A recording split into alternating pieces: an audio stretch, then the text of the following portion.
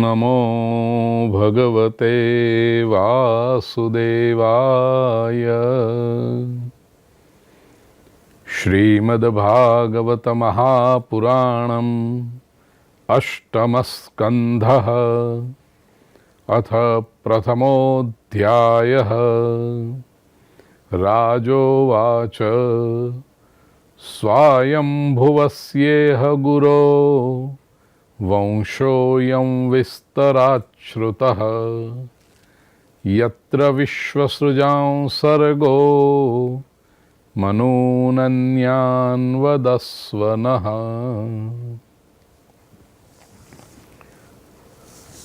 आत्मीय स्वजनों,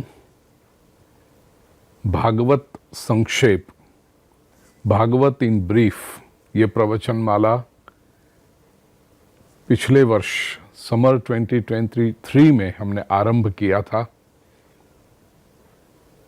अमेरिका के पेंसिल्वेनिया प्रांत में फिलाडेल्फिया शहर में मेरा एक अति आत्मीय परिवार,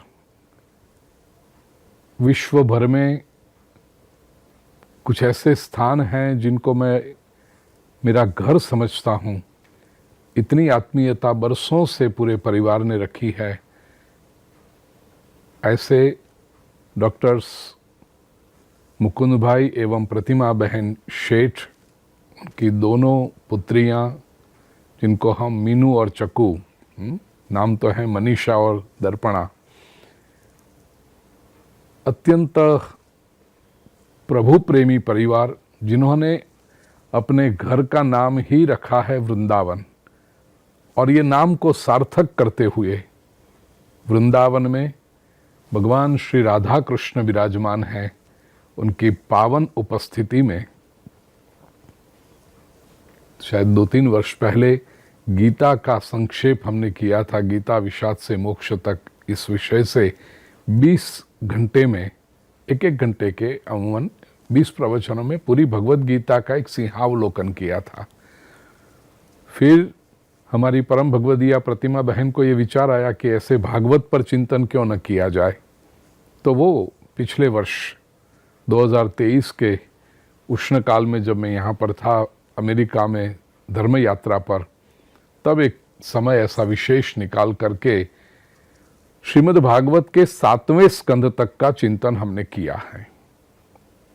यदि आपने अभी तक न सुना हो तो पूज्य श्री भाई यूट्यूब चैनल पर आप भागवत संक्षेप ये प्लेलिस्ट में जाइए। कई लोगों ने विश्व भर से इसकी प्रशंसा की है, क्योंकि इस प्रवचन माला में हम आमतौर पर जो श्रीमद् भागवत कथा में नहीं कहे जा सकते ऐसे गहन रहस्यों का उद्घाटन करने का संकल्प किया है। श्रीमद् भागवत के प्रचलित कथानक उन सबसे केवल नामोल्लेख करके आगे बढ़ते हैं, लेकिन 7 दिन की कथा में समय के अभाव के कारण बहुत सारी बातें हैं जो नहीं कह सकते। उस पर थोड़ा विशेष प्रकाश करते हुए इस प्रवचन मालिका में हम चलते हैं। आइए, 7 स्कंद तक का चिंतन हम पूरा कर चुके हैं 17 विभागों में। आज ये 18वां पार्ट और अष्टम स्कंद का आरंभ करते हैं पहले अध्याय से। ये 8वें स्कंद में उसको महापुरुषों ने, भाष्यकारों ने मनवंतर लीला कहा है। आरंभ में ही मुझे आदरणीय प्रतिमा बहन ने कहा कि इस पर जरा प्रकाश करना कि इसको मनवंतर लीला क्यों कहते हैं। प्रिय स्वजनों, समय यूं तो अविभाज्य है, लेकिन काल गणना के लिए, मनुष्य जाति के इतिहास को समझने के लिए भारतीय ऋषियों ने जो काल का विभाजन किया है वो मनु के कितने कौन से मनु हुए, और उन मनु के शासन में, उन मनु के आधिपत्य में पृथ्वी पर मानव इतिहास में क्या हुआ।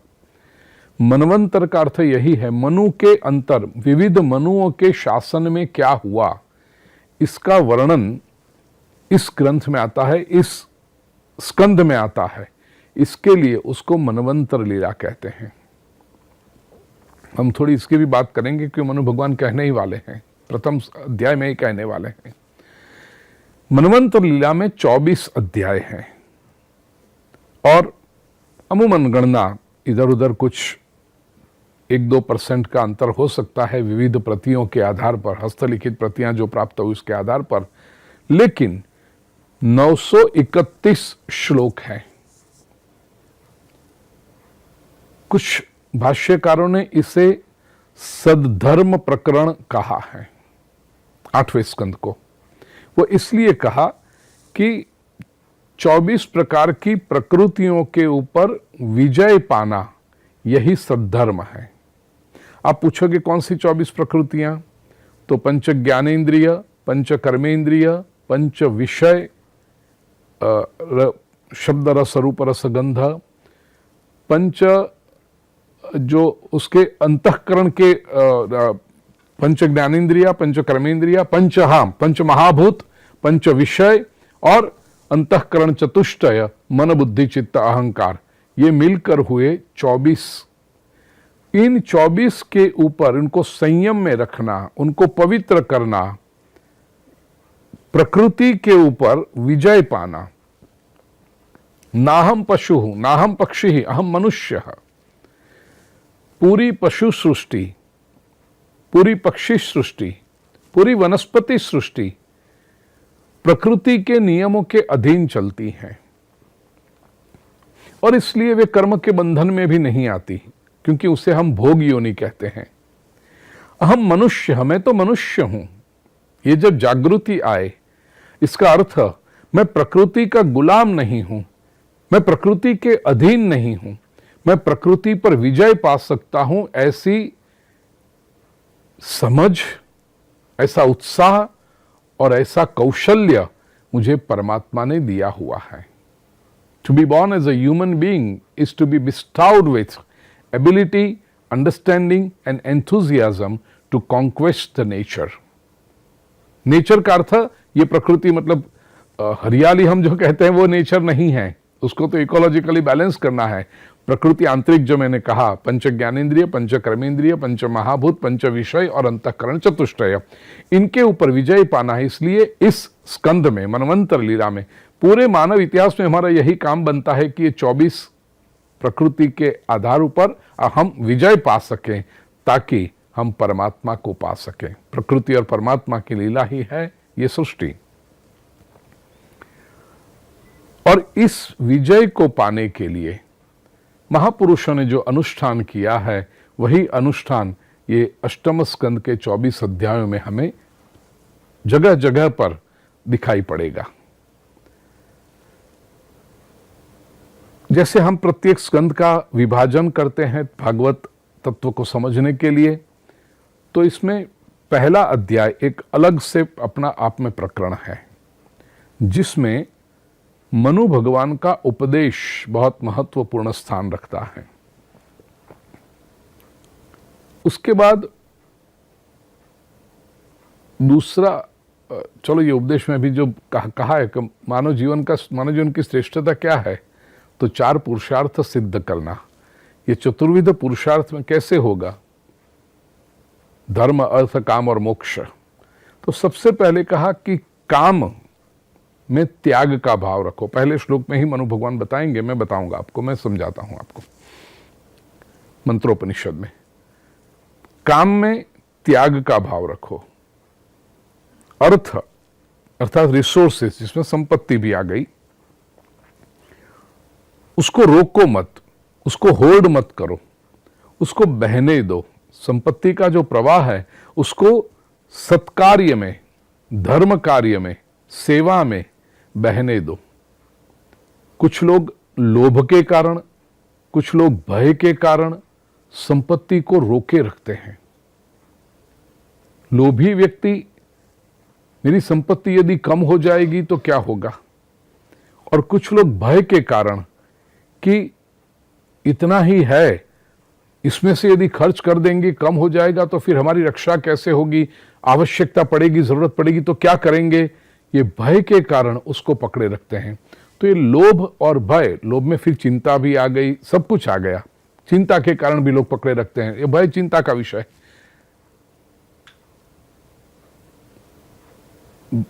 काम को नियंत्रित करो, काम में त्याग का भाव रखो, अर्थ को बहने दो सत्कार्य में।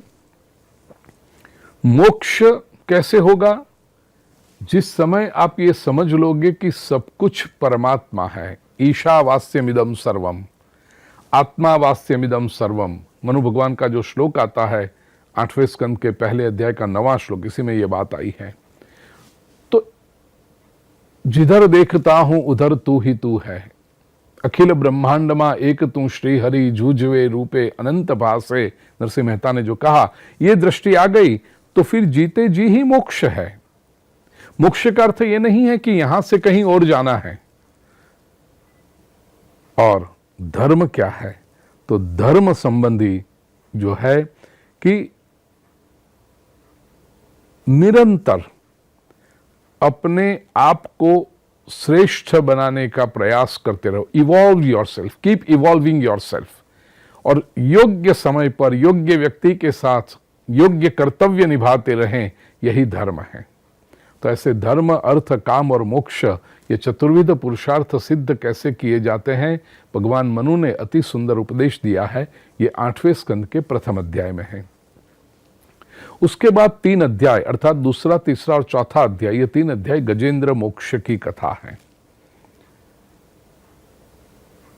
यदि हम परमात्मा पर श्रद्धा रखें और उनका स्मरण करते हुए भक्ति में निश्चल रहे, तो जब भी हमारे रिसोर्सेस की कमी पड़ेगी, आर्त भाव से उसको पुकारेंगे प्रभु को, तो प्रभु अवश्य आता है।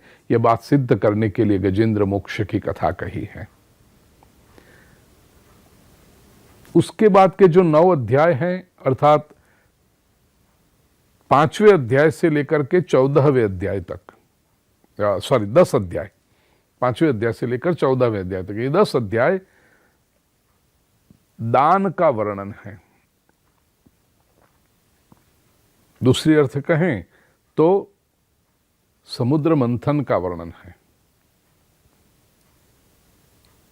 अपने भीतर मूल्यवान रत्न जो हैं उनको कैसे प्रकट करना और अंत में परमात्मा प्राप्ति रूप नवनीत अमृत कैसे उत्पन्न करना, ये भी इसमें समुद्र मंथन की कथा में बताया गया है।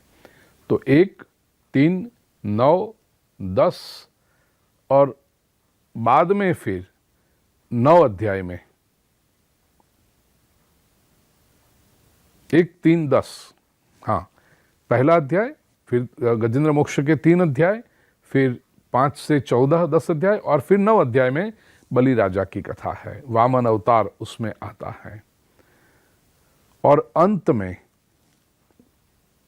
24वां 1 अध्याय मत्स्यावतार की कथा है। तो इस तरह से पहला अध्याय, फिर दूसरे से चौथा, 5वें से 14वां, 15 से 23वां बलि राजा और वामन अवतार की कथा, और 24वां अध्याय मत्स्यावतार। ऐसे ये 8वां स्कंध है। आइए हम उसमें प्रवेश करें। पहला श्लोक, राजा परीक्षित प्रश्न पूछता है, स्वायंभुवस्येह गुरो वंशोयम विस्तराच्छ्रुतः। हे गुरु, सुखदेव जी से संबोधन करता है परीक्षित, गुरुदेव, स्वयंभू मनु के वंश का विस्तार मैंने बहुत अच्छी तरह से सुना। आपने जो वर्णन किया मैं स्मरण करा दूं आपको। स्वयंभू मनु, उनकी पत्नी शतरूपा, 5 संतान, उत्तानपाद राजा, प्रियव्रत, उनके भाई, फिर 3 पुत्रियां, आकुति, देवहूति और प्रसूति। और उनका वंश कैसे हुआ, ये 3रे स्कंद से जो कथा का आरंभ हुआ था, 4थे स्कंद में भी वो चला, कुछ 5वें स्कंद में प्रियव्रत राजा की कथा आई। तो यहाँ परीक्षित कहता है कि गुरुदेव, वो स्वयंभू, वो मनु सबसे पहले, मनवंतर लीला है ना, तो स्वयंभू मनु की वो सबसे पहले मनु हुए, जिससे ये संसार में मैथुनी सृष्टि का आरंभ हुआ। तो ये हमने डिटेल में इसका श्रवण किया। अब अन्यान मनून वदस्वनः, मुझे अन्य मनुओं के बारे में बताइए। दूसरे भी जो मनु हुए हैं उनको मनवंतरों में क्या करेंगे। तो भगवान प्रत्येक मनवंतर में अवतार धारण करके पधारते हैं, तो जो जो कर रहे हैं, जो किया है और आने वाले भविष्य में जो करने वाले हैं वो मुझे बताइए। यत्र यत्र हरे जन्म कर्माणि च महीयसः गृणन्ति कवयो ब्रह्मंस्तानि नो वद शृण्वताम, वो मुझे बताइए। कृतवान कुरुते कर्ता यतीते नागते द्यवा, अतीते अनागते और अद्य। अतीत का अर्थ है पास्ट, अनागत भविष्य जो अभी तक आया नहीं है, और अद्य आज वर्तमान। ये तीनों जो हैं अलग अलग मनवंतर, उनके बारे में मुझे बताइए। तो शुकदेव जी बताते हैं, मनवोस्मिन् व्यतीताय षट् कल्पे स्वायं भुवादयः। एक बात ये भी कहूं प्रिय स्वजनों, श्रीमद् भागवत का जब डिटेल में अध्ययन करते हैं ना, तो इवन उवाच जब आता है ना, उसके ऊपर भी चिंतन करते हैं। अब ये सब बातें 7 दिन की कथा में समय के अभाव के कारण नहीं हो सकती, और आप स्वयं भी श्रीमद् भागवत पढ़ते होंगे तो पढ़ते जाएंगे। राजोवाच, ऋषिरुवाच, शुक उवाच, यहां पर ऋषिरुवाच लिखा है। शुकदेव जी जो वर्णन करते हैं उनके लिए बहुत कम जगह पर श्रीमद् भागवत में ऋषिरुवाच है। 1-2 स्थान पर बादरायणी रुवाच है, और वो जब स्थान आते हैं तब मैंने विशेष करके इस प्रवचन माला में, भागवत संक्षेप प्रवचन माला में आपका ध्यान खींचा है। प्रिय स्वजनों, यदि श्रीमद् भागवत ग्रंथ लेकर के आप ये प्रवचन माला सुन रहे हो तो देखिए, यहाँ पर राजा के प्रश्न का उत्तर देते समय अन्य सभी स्थानों पर सीधे श्री शुक उवाच आ जाता, यहाँ पर ऋषिरुवाच है। ऋषि कौन होता है? ऋषि दृष्टा है, ऋषि विजनरी है। यहाँ पर जब मनवंतरों का वर्णन करना है, पास्ट, प्रेजेंट एंड फ्यूचर तीनों का, तो वो विशाल दृष्टि चाहिए, अनंत दृष्टि चाहिए।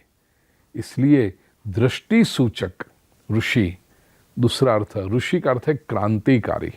एक तो विजनरी एंड रिवोल्यूशनरी। केवल लीक से चले वो ऋषि नहीं हो सकते।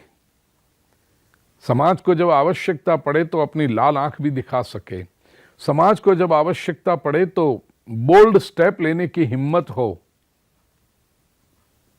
और वो लॉजिकली, बुद्धिपूर्ण, तर्कशुद्ध तरीके से समाज को समझा सके कि अभी तक की ये जो परंपरा है उससे हम हटने का निर्णय क्यों कर रहे हैं, उसके पीछे कारण क्या है।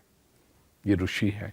तो ऋषि में वो क्रांतिकारी अर्थात आजकल के लोग डिस्ट्रक्टिव मेंटालिटी वाले ट्रैफिक को रोक दिया, मकान जला दिए, बस जला दी, पब्लिक प्रॉपर्टी को नुकसान पहुंचाया, वो भी अपने आप को क्रांतिकारी कहते। वो क्रांतिकारी नहीं, उसको यानी गुजराती में भांगफोड़िया कहवाय। डिस्ट्रक्टिव मेंटालिटी वाले होते हैं, वो क्रांतिकारी नहीं होते। क्रांतिकारी तो ऋषि होते हैं, जो समाज के कल्याण के लिए कुछ नई बात ला करके रखते हैं। तो यहां पर शुकदेव जी के लिए ऋषिरुवाच शब्द का प्रयोग है। मनवोस्मिन् व्यतीतायद षट् कल्पे स्वायंभुवादयः। शुकदेव जी कहते हैं 6 मनु बीत चुके हैं, और आद्यस्ते कथितो यत्र देवादीनांच संभवः। ये 6 मनवंतर में की वर्णन जो बात मैंने की, उसमें देवता आदि की उत्पत्ति हुई थी। थोड़ा सा रिवीजन यहां पर बता रहे हैं कि मनु की पुत्री आकुति से यज्ञ पुरुष के रूप में धर्म का उपदेश करने के लिए, और देवहूति की पुत्री जिनका विवाह कर्दम ऋषि के साथ हुआ, बिंदु सरोवर, मैंने वो पूरा वर्णन कपिलाख्यान 3 स्कंद में किया था। भगवान ने ज्ञानावतार कपिल भगवान के रूप में अवतार लिया है, अवतार धारण किया था। और ये सब वर्णन पहले कर चुके हैं। यहाँ कहते हैं आकुत्याम देवहूत्यां च दुहित्रोस्तस्य वै मनो धर्म ज्ञानोपदेशार्थम भगवान पुत्रतांगतः। धर्म का उपदेश करने के लिए यज्ञ नारायण का अवतार और ज्ञान का उपदेश करने के लिए कपिल भगवान का अवतार ये किया है। कृतम पुरा भगवतः कपिलस्यानुवर्णितम, ये पूरा वर्णन तीसरे और चौथे स्कंद में हो चुका है। अब भगवान ने यज्ञ पुरुष में जो कुछ किया उसका वर्णन कर रहे हैं। कैसे करते हैं? प्रिय स्वजनों, आरंभ में अब प्रथम स्कंद में अष्टम स्कंद के प्रथम अध्याय में 9वें श्लोक से लेकर के 16वें श्लोक तक मनु भगवान का उपदेश है। बड़ा अनूठा विषय है। कई बार जब चिंतन करता हूं तो मुझे लगता है कि एक एक विषयों पर 5-5, 7-7 दिन के ज्ञान सत्र हो सकते हैं। उनमें से एक है जिसको श्रीमद् भागवत ने मंत्रोपनिषद के नाम से जाना है। मनुरुवाच, भगवान स्वयंभू मनु, उसके पूर्व भूमिका में ऋषि के रूप में श्री सुखदेव जी यहां वर्णन करते हैं 8वें स्कंद के प्रथम अध्याय के 7वें श्लोक में। कैसे थे ये? विरक्त काम भोगेशु शतरूपा पति प्रभु, काम भोग से विरक्त हुए शतरूपा के पति ये भगवान मनु, स्वयंभू मनु। विसृज्य राज्यं तपसे सभार्यो वनमाविशत, राज्य को छोड़ करके अपनी पत्नी के साथ वन में प्रवेश किया है तपसे, तप करने के लिए। और वह तप करने के लिए वन में चले गए। तब सुनंदायाम वर्षशतम पदैकेन भुवं स्पृशन, सुनंदा नदी के तट पर भुवम, पृथ्वी को, एकेन पदेन, एक पैर से स्पर्श करके, अर्थात एक पैर पर खड़े रह करके वर्ष शतम, 100 वर्ष तक उन्होंने तपस्या की। तपस्या करते हो क्या करते थे वो? हम लोग केवल यही समझते हैं कि तपस्या करते हो केवल भूखे रहना, प्यासे रहना। नहीं, यहां चिंतन करते थे। तप्यमानस ततो घोरम इदम अन्वाह भारत, सुखदेव जी वर्णन करते हैं भारत अर्थात परीक्षित, वो तप करते समय भगवान की इस प्रकार से स्तुति करते थे, चिंतन ये करते थे। क्या करते थे? अब ये 9 से 16 श्लोक, जिसको 17वें श्लोक में फिर मंत्रोपनिषद कहा। ये पहला श्लोक, मनुरुवाच, ये न चेतयते विश्वं विश्वं चेतयते नयम्, यो जागर्ति शयानेस्मिन् नायन्तं वेद वेदसः। श्रीमद् भागवत कथाओं के दरमियान में बहुत अच्छी तरह से इसको समझाने का प्रयास करता हूं।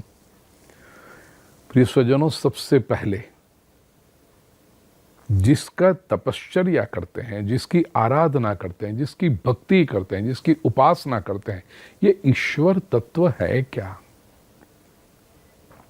Do we even know what God is, what the supreme is? अधिकतर लोग, मैं केवल सनातन हिंदू धर्म की बात नहीं कर रहा, मैं विश्व के सभी धर्मों की बात करता हूं।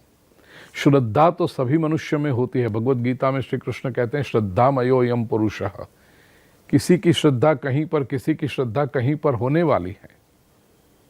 लेकिन ये उपासना जो करते हैं, किसकी करते हैं? वो किसी नाम की उपासना करते हैं, किसी स्वरूप विशेष की उपासना करते हैं, किसी प्रक्रिया विशेष से, एक स्पेसिफाइड कि मेरी पूजा इस तरह से होगी, मेरी पूजा इस स्वरूप में, या तो कोई न स्वरूप में होगी, निराकार में होगी, इस ग्रंथ के आधार पर होगी। तो और इसी नाम रूप पूजा पद्धति, इसी से लोग समाज में बटे हुए हैं। और धर्म जो मानव मात्र की चेतना को एकरूप करने के लिए बनाया गया था, उसकी जो संकल्पना हमारे ऋषियों ने की थी, वही धर्म मनुष्यों को विभाजित करने वाला बना।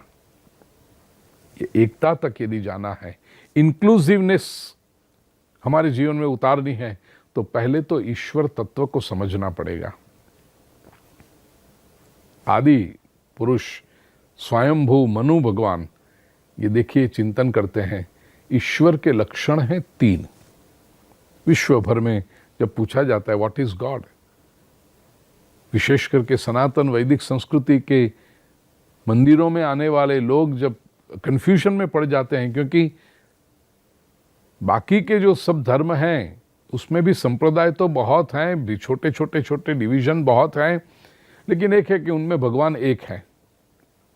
जबकि भारतीय संस्कृति में हिंदू मंदिरों में जब लोग आते हैं तो भगवान के कई स्वरूप देखते हैं, तो उनको confusion, how can you have so many God's.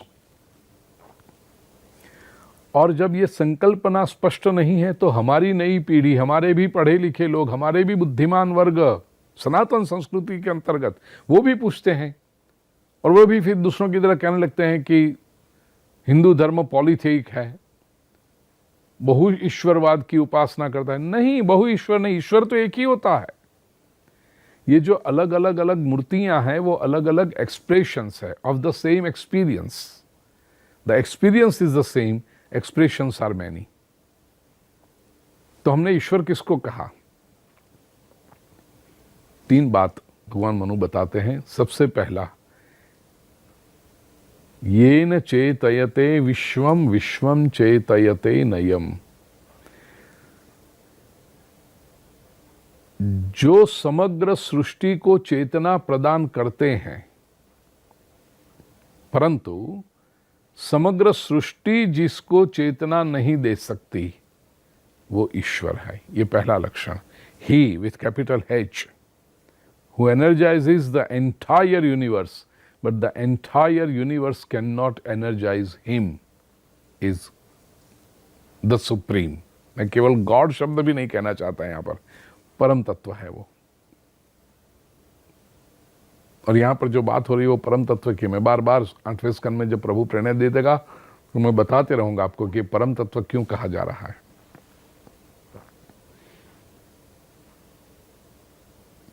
हमारे आदरणीय ब्रह्मलीन विद्वद्वर्य पूज्य कृष्ण शंकर शास्त्री जी, जिनको हम दादाजी के नाम से जानते हैं, उन्होंने एक बहुत सूत्रात्मक रूप में कहा था इस श्लोक को समझाने के लिए। जो समग्र सृष्टि को चेतना देता है, लेकिन सारी सृष्टि जिसको कुछ नहीं दे सकती वो ईश्वर। तो दादाजी कहा करते थे, जो दे वह ईश्वर, जो ले वो नश्वर।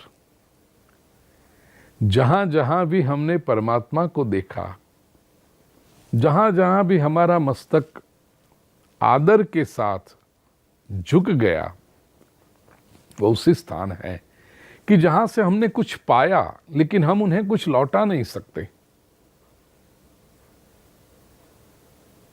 तैत्तिरीय उपनिषद के ऋषि शिक्षावल्ली में कहते हैं,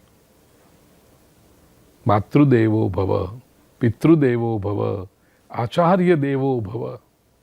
क्यों? माता के पास से हमने कितना कुछ पाया है।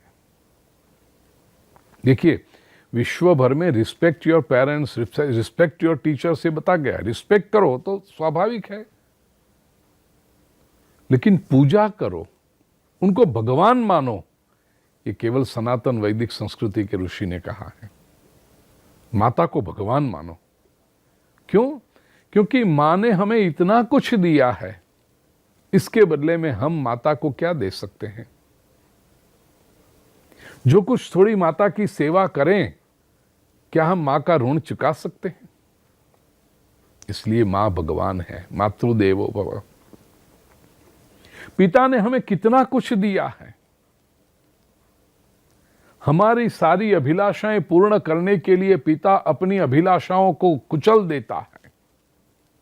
विश्व भर के जो पुरुष हैं पिता की भूमिका निभाते होंगे।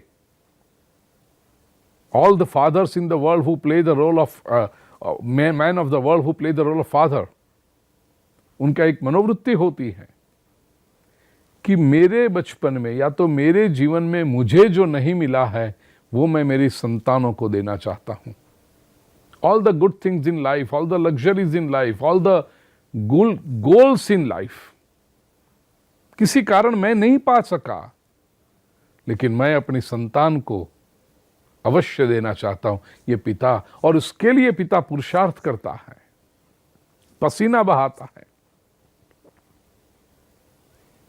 इस पिता को हम क्या दे पाए, जिसने हमारे लिए सुंदर घर, सुंदर कपड़े, सुंदर शिक्षण, सुंदर जीवन शैली, समाज में प्रतिष्ठा। कभी बार तो आई एम हिज सन, वो कहने में गौरव की अनुभूति होती है, यू फील प्राउड। तो उस पिता को हमने क्या दिया? पश्चिम की दुनिया में बैठे हैं, अभी कुछ दिन पहले, शायद लास्ट वीक, वो फादर्स डे गया ना, लास्ट वीकेंड, तो हैप्पी फादर्स डे बस कह दिया, फादर को एक कार्ड लिख दिया, हैंडकरचीफ दे दिया, नया शर्ट या नई tie locker they the. Is that all? Father का ऋण चुकता कर दिया? नहीं कर सकते प्रिय स्वजनों। पिता भगवान है, पितृदेवो भव। गुरु, जिन्होंने हमें शास्त्र का ज्ञान दिया है, और शास्त्र का ज्ञान केवल वर्ड्स के रूप में नहीं, आचरण के रूप में दिया। जहां जहां हम उलझन में आए, जहां जहां हम अटके, जहां जहां हमारी बुद्धि की, समझ शक्ति की मर्यादा आ गई, वहां के द्वार खोल दिए, नए रास्ते बता दिए। ये गुरुदेव को हम क्या दे सकते हैं? जो भी कुछ हमारी शक्ति भक्ति के अनुसार गुरुदेव के चरणों में भेंट अर्पण कर दी, क्या credit debit balance account close हो गया? चुका दिया? उनका प्राइस टैग लग सकता है गुरुदेव के ज्ञान के ऊपर? कभी नहीं लग सकता। हम हमेशा ऋणी रहते हैं। जैसे माता पिता के ऋणी रहते हैं, ऐसे गुरु के भी ऋणी रहते हैं। जैसे माता पिता का आदर हो, ऐसे गुरु का भी आदर हो। आचार्य देवो भव, जिसने अपने आचरण से बताया हमें मार्ग। तो और ऐसे पूरा विश्व, प्रिय स्वजनों, सूर्य के पास से हम बहुत अनगिनत प्रकाश पाते हैं, एनर्जी पाते हैं, बदले में हम सूर्य को क्या दे सकते हैं? तो सूर्य को भगवान माना, चंद्र को, नदी को, समुद्र को, तुलसी के, अरे पूरी प्राणी वनस्पति सृष्टि को। तुलसी के पौधे में से ओजोन रिच ऑक्सीजन मिलता है, इसलिए हमने तुलसी को भगवान कहा है, तुलसी की पूजा करते हैं। गाय का दूध हमने पिया है, छोटे थे एज एन इन्फेंट माँ का दूध पिया, लेकिन जब बड़े होने लगे तो माँ का दूध कम पड़ता था, it was not enough for our growth, तो हमने गाय का दूध पिया। तो गाय माँ है, माँ के बराबर है, इसलिए गाय का पूजन करते हैं हम। कई बार लोग, नई जनरेशन पूछते हैं, why do we worship cow? इसका कारण ये गौ माता है, उसका दूध पी करके हमारा शरीर बना है, तो हम उसके प्रति कृतज्ञ हैं। जिन जिन के पास से, प्रिय स्वजनों, हमने कुछ पाया हो लेकिन हम लौटा नहीं सकते, ये ईश्वर का पहला लक्षण। ये न चेतयते विश्वम, विश्वम चेतयते नयम। दूसरा लक्षण, यो जागर्ति शयानेस्मिन्, अस्मिन् शयाने अपि यह जागर्ति। ये सारी सृष्टि जब सो गई है, शिथिल हो गई है, बेहोश हो गई है, तब भी जो जाग रहा है, चैतन्यवान है, होश में है, वो ईश्वर है। प्रिय स्वजनों, जीवन में कई बार हम हमारे कल्याण का मार्ग चूक जाते हैं। कठोपनिषद में यमराजा नचिकेता को जो उपदेश करते हैं, उसकी भाषा में कहूं तो कई बार हम प्रेय के शिकार हो जाते हैं। मुझे तो यही पसंद है, मुझे तो ऐसा ही पसंद है, और वो प्रेय के शिकार बन के हम श्रेय के मार्ग को चूक जाते हैं। न बोलने जैसा शब्द बोल देते हैं, न करने जैसा व्यवहार कर देते हैं, न जाने जैसी जगहों पर जाने लगते हैं। हम हमारे कल्याण का मार्ग चूक गए। कौन बताएगा ये मार्ग हमें? वो जो बताए, हमारी बेहोशी के समय जो जागृत रह करके हमें कल्याण का मार्ग बताता रहे, वो ईश्वर है। तीसरा, नायंतम वेद वेदसः, संसार इसको नहीं जान सकता, लेकिन ये सभी को जानता है, वो ईश्वर है। हम भला ईश्वर को कैसे जानते हैं, जान सकते हैं? Can a child claim to know the mother? बालक को पता नहीं, बालक को तो जहां रख दोगे वहां रहेगा। बालक मां को नहीं जानता, और यदि जानता भी होगा तो केवल स्वार्थ की दृष्टि से जानता है कि मुझे जब भूख लगती है तो इस व्यक्ति के पास जाने से मुझे मेरा पेट भर जाता है, मुझे तृप्ति मिलती है। मेरी जब सुरक्षा का प्रश्न आए तो इस व्यक्ति के पास जब मैं जाता हूं तो मेरी सुरक्षा हो जाती है। तब से फिर एक एफिनिटी निर्माण हो गई और मां कहने लगा। मां का बालक के साथ जो संबंध है वो स्वार्थ का संबंध नहीं हो सकता है। कलयुग में अभी कुछ छोड़िए, वो अपवाद होने लगे हैं कि माताएं भी संतानों को अपने स्वार्थ के लिए शोषण करती हैं, एक्सप्लॉइट करती हैं, लेकिन शास्त्र उनकी बात थोड़ी करेगा। शास्त्र तो पवित्र आत्माओं की बात करेगा। हम ईश्वर को नहीं जान सकते जीवात्मा के रूप में, लेकिन परमात्मा हमें जानता है। प्रिय स्वजनों, हम जीवित हैं, हम हैं, यही प्रमाण है कि ईश्वर है और ईश्वर हमें जानता है। वेदांत की दृष्टि से कहूं ना तो ये गुरु के रूप में मनु भगवान उपदेश कर रहे हैं। अध्यात्म के विश्व में चलने वाले व्यक्ति के 3 फंडामेंटल प्रश्न होते हैं। जीव क्या है, अर्थात मैं कौन हूं, मेरे आसपास की ये सृष्टि क्या है, जगत क्या है, और तीसरा, मुझे और सृष्टि को बनाया किसने, मेरी और सृष्टि के बीच में संबंध जोड़ा किसने, जगदीश क्या है। जीव, जगत और जगदीश का ज्ञान तो मनु भगवान ने अपने मंत्रोपनिषद के प्रथम श्लोक में पहले जगदीश का ज्ञान दिया, ईश्वर के 3 लक्षण बताए। अब दूसरे श्लोक में अर्थात 8वें स्कंद के प्रथम अध्याय के 10वें श्लोक में जगत का ज्ञान देते हुए कहते हैं, आत्मा वास्यमिदम विश्वम यत्किंचित जगत्याम जगत तेन त्यक्तेन भुंजीथा मागृदः कस्य स्विद्दनम। प्रिय स्वजनों, शुक्ल यजुर्वेद की वाजसेनेयी संहिता, उसमें कुछ 40 अध्याय हैं और अंतिम ये 40वें अध्याय को हम ईशावास्य उपनिषद से नाम के जान से हैं। क्यों? क्योंकि ये 40वें अध्याय के प्रथम ऋचा, प्रथम मंत्र जो आरंभ होता है, ईशावास्यमिदम सर्वम यत्किंचित जगत्याम जगत तेन त्यक्तेन भुंजीथा मागृदः कस्य स्विद्दनम।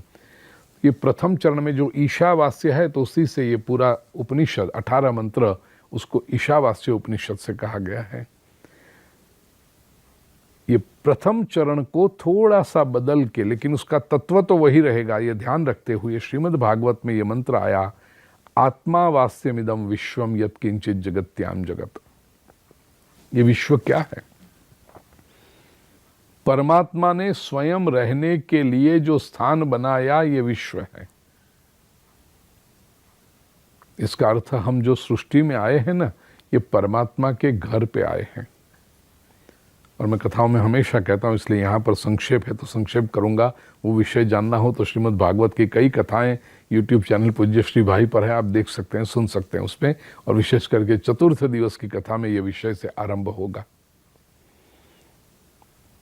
ये सृष्टि परमात्मा का घर है, प्रभु के घर में आए हैं।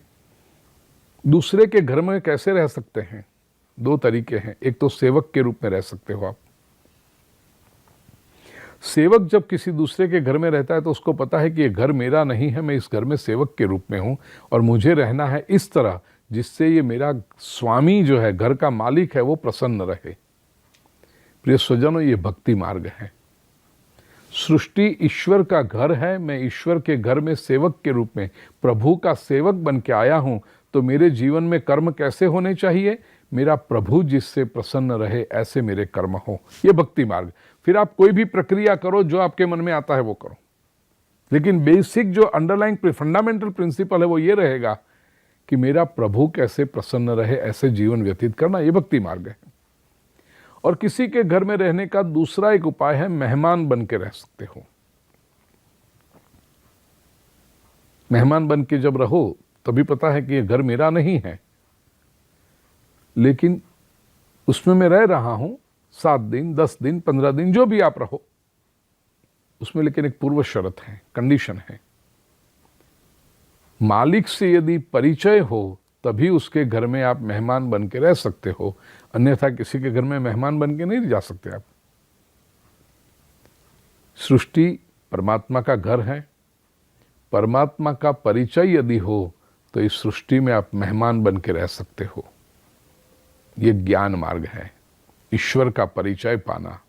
तो सृष्टि में मेहमान बनकर रहो, और मेहमान बन के रहने में दृष्टांत के सही डिटेल में तो मैंने भागवत कथाओं में वर्णन किया है, लेकिन यहां पर बुलेट फॉर्म में मैं कह दूं। पहली बात,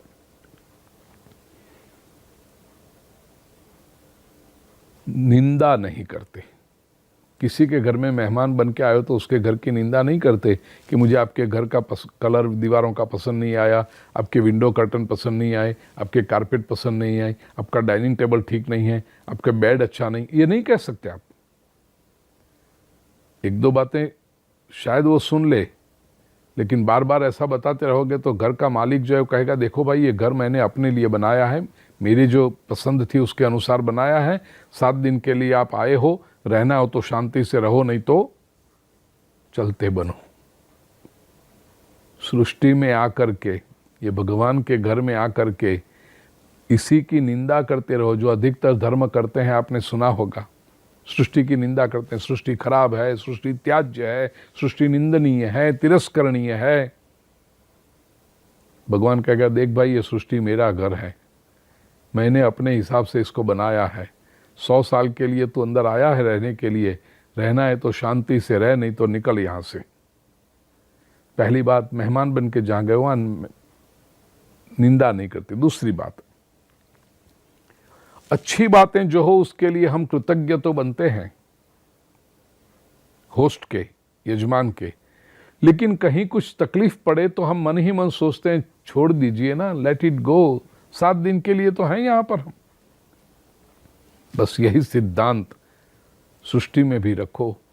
सृष्टि में जो अच्छा प्राप्त हुआ है, शरीर, घर, परिवार, व्यवसाय, संपत्ति, कीर्ति, प्रतिष्ठा, जो भी मिला हुआ है अच्छा, उसके लिए परमात्मा का कृतज्ञ बनो, परमात्मा के कृतज्ञ बनो।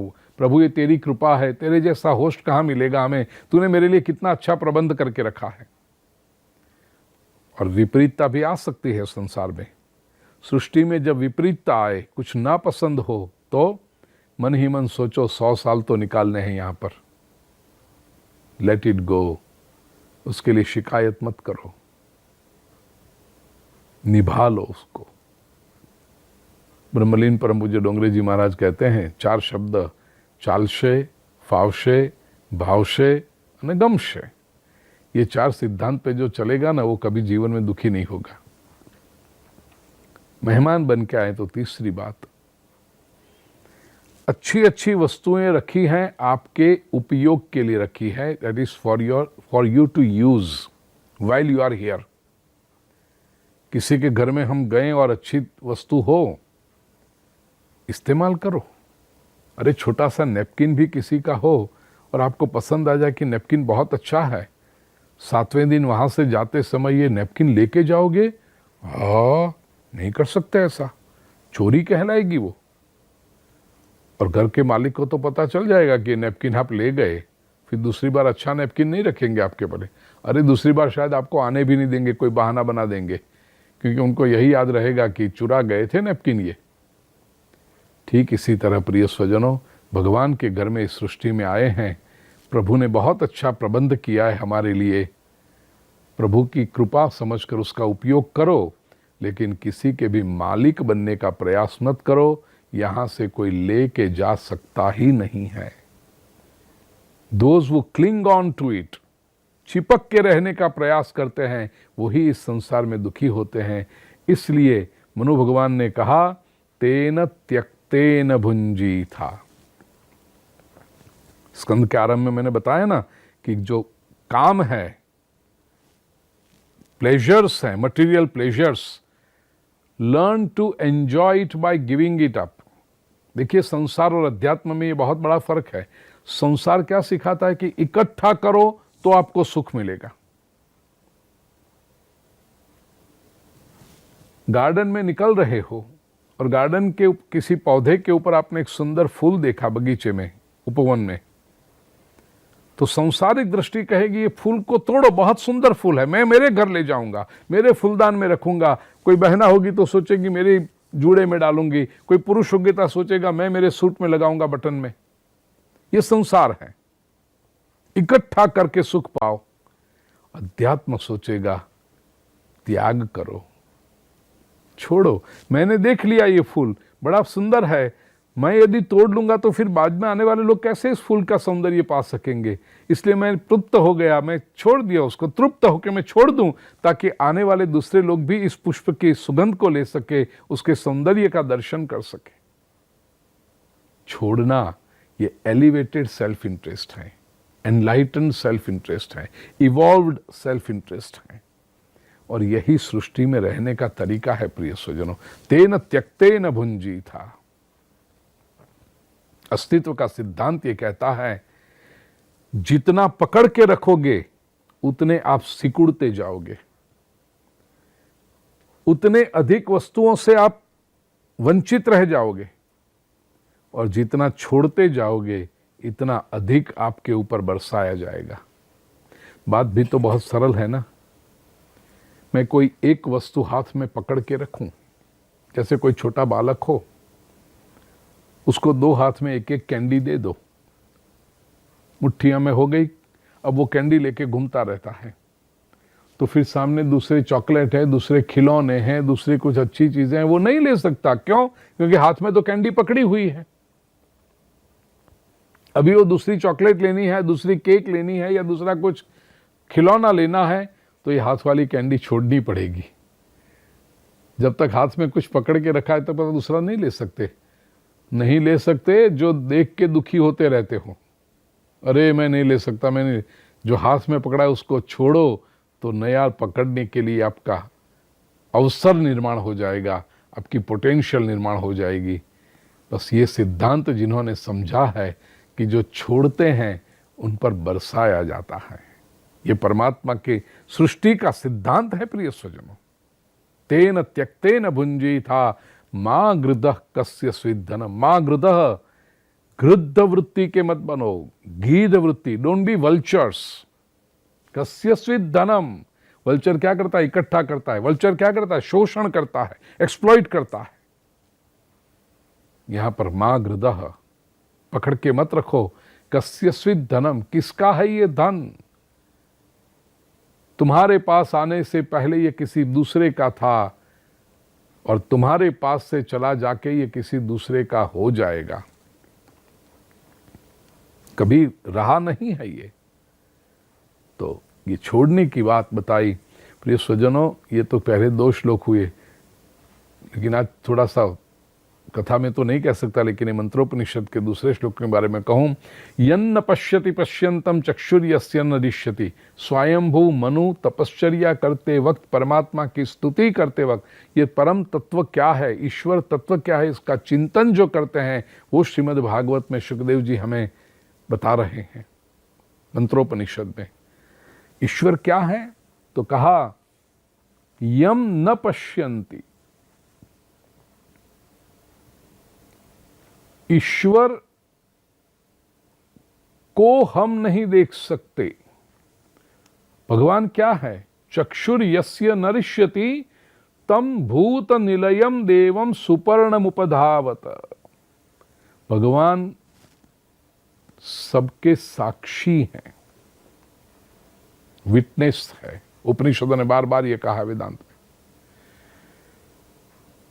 उनको यम न पश्यति पश्यंतम, चक्षुर यस्य न दृश्यति, आंख से देख नहीं पाओगे। कोई ऑब्जेक्ट हो, कोई पदार्थ हो, तो उसको आप आंख से देख सकते हो। इतना ही नहीं प्रिय स्वजनों, जिसकी मर्यादा हो उसको आप आंख से देख सकते हो। इसको लॉजिकली पलट के कहूं तो जिसको भी आप आंख से देखते हो उसका अर्थ वो कुछ मर्यादित है। ये पुस्तक को मैं आंख से देख सकता हूं। क्यों? क्योंकि ये पुस्तक की मर्यादा है, particular breadth, particular height, particular width. इसकी ये बाउंड्री न होती तो हम आंख से देख सकते? हवा को देख सकते हैं? नहीं देख सकते। क्यों? उसके दो कारण, एक तो सूक्ष्म है और दूसरी हवा सब जगह है, जो सब जगह, जिसका कोई और छोर नहीं होता, कहां से बिगिन हुई कहां अंत हुआ ये पता नहीं चलता, उसको आंख परसीव नहीं कर सकती, संपूर्ण दर्शन नहीं कर सकती आंख। आकाश को नहीं देख सकते। क्यों? क्योंकि आकाश अनंत है। आकाश में देखते हो तो केवल आपको जो परसीव होता है वो एंडलेसनेस परसीव होती है। कोई कहेगा मैंने पूरे आकाश को देख लिया।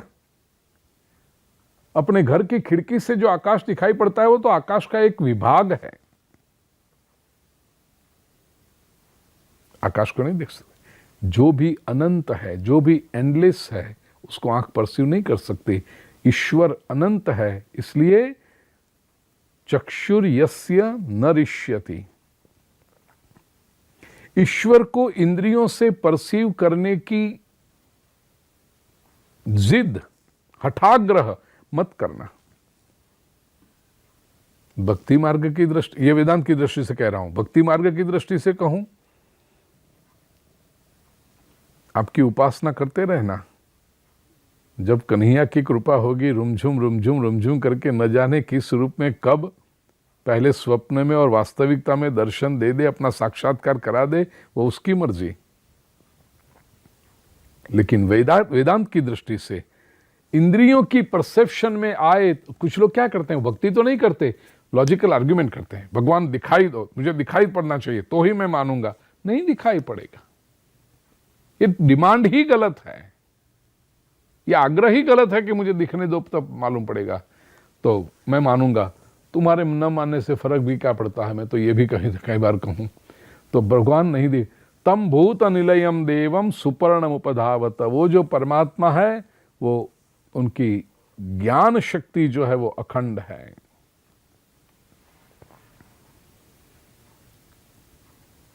नयस्याद्यन्तौ मध्यंच स्वः परो नान्तरम बहि। भगवान का न कोई आदि है न अंत है, और आदि और अंत यदि न होंगे तो मध्य तो कैसे हो सकता है। कोई उनका स्वह अपना नहीं है, न कोई पराया है, न कोई अंदर है न बाहर है। विश्वस्यामूनि यद यस्मात् विश्वंच तद्रतम महत्। ये जो परम तत्व है वो पूरा विश्व उसी की सत्ता से चलता है, और वो अनंत।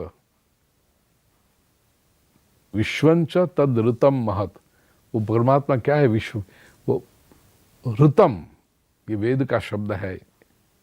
ऋत, वेद के ऋषियों ने परम तत्व को संबोधित करने के लिए अनेक बार ऋत शब्द का प्रयोग। ऋत का अर्थ है सुप्रीम ट्रुथ, उसी का ध्यान ले करके तो श्रीमद् भागवत का आरंभ हुआ है ना। प्रथम स्कंद के प्रथम अध्याय के प्रथम श्लोक मंगलाचरण के अंतिम चरण में व्यास महर्षि ने क्या कहा, सत्यम परम धीमहि, we meditate upon the supreme truth. ये ऋतम महत्, परमात्मा है जो परम महत्, परम सत्य है।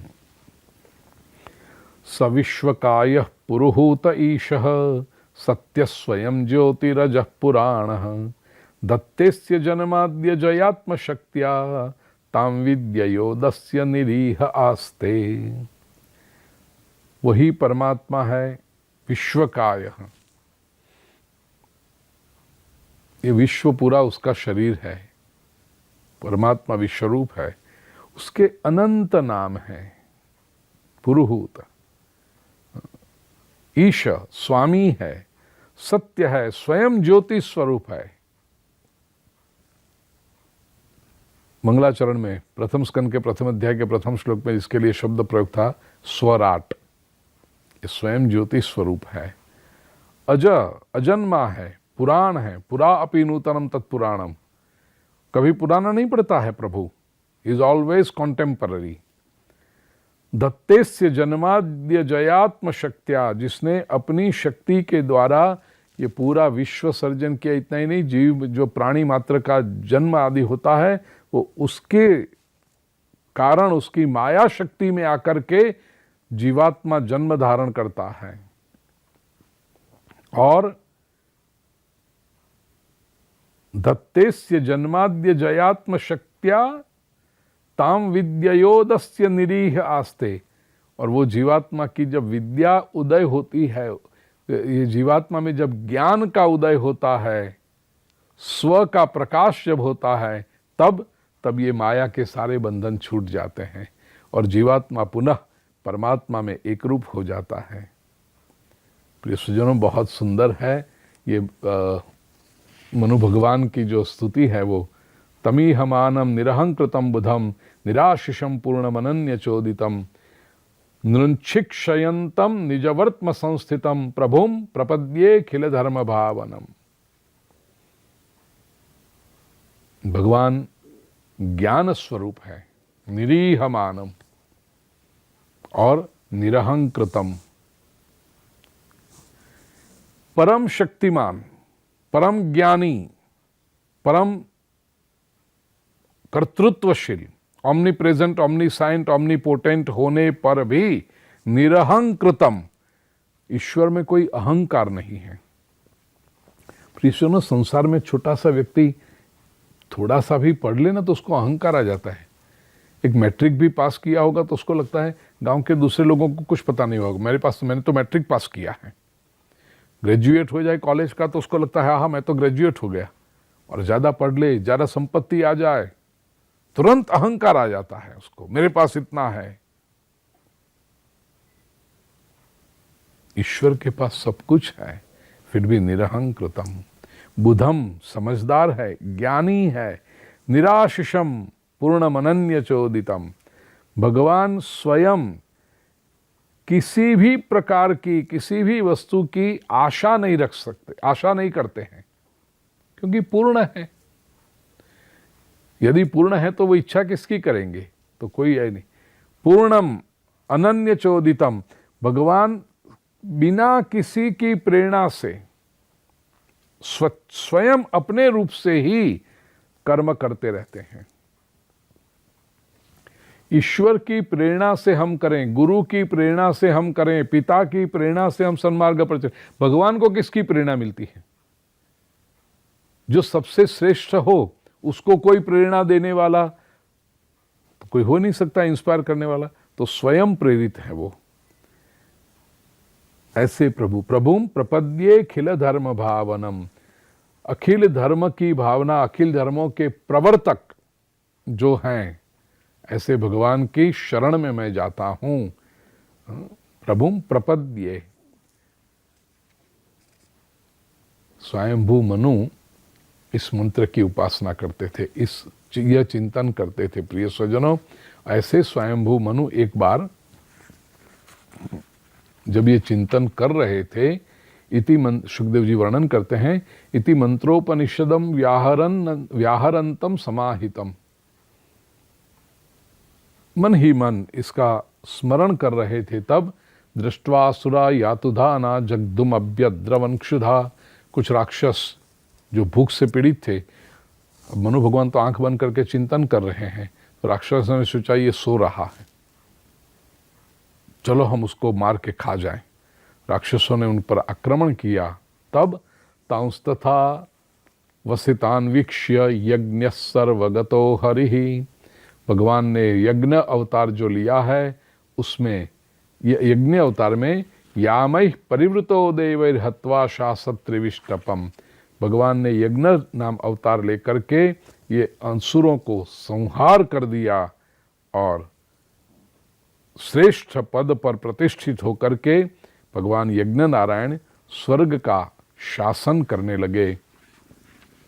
फिर इसमें आगे क्या हुआ, परीक्षित पूछते हैं कि मुझे और वो जो मनवंतर हैं इनके बारे में श्रवण करना है। तो ये जो पहले 7 मनवंतर हैं उनका संक्षेप में वर्णन आता है। प्रिय स्वजनों, देखिए, केवल पहले अध्याय में आज का पहला सत्र पूरा हुआ, कोई बात नहीं, मिलेंगे और 19वें सत्र में जो अपना अगला सेशन होगा उसमें ये 7 मनवंतर कौन से हैं जो हुए हैं और उनके इंद्र कौन, उनके सप्तर्षि कौन, ये सब बहुत सुंदर वर्णन श्रीमद् भागवत में मिलता है। उस पर हम एक दृष्टिपात करेंगे और फिर ईश्वर जो शक्ति का स्रोत है और भक्त जब आर्त अंतःकरण से ईश्वर को पुकारता है, परमात्मा उसकी मदद के लिए त्वरित आ जाते हैं। इस सिद्धांत को स्थापित करने के लिए गजेंद्र मोक्ष की कथा है, वो हम 19वें सत्र में देखेंगे। तब तक के लिए कृष्णाय वासुदेवाय हरये परमात्मने प्रणतक्लेशनाशाय गोविंदाय नमो नमः। ओम शांति शांति शांति।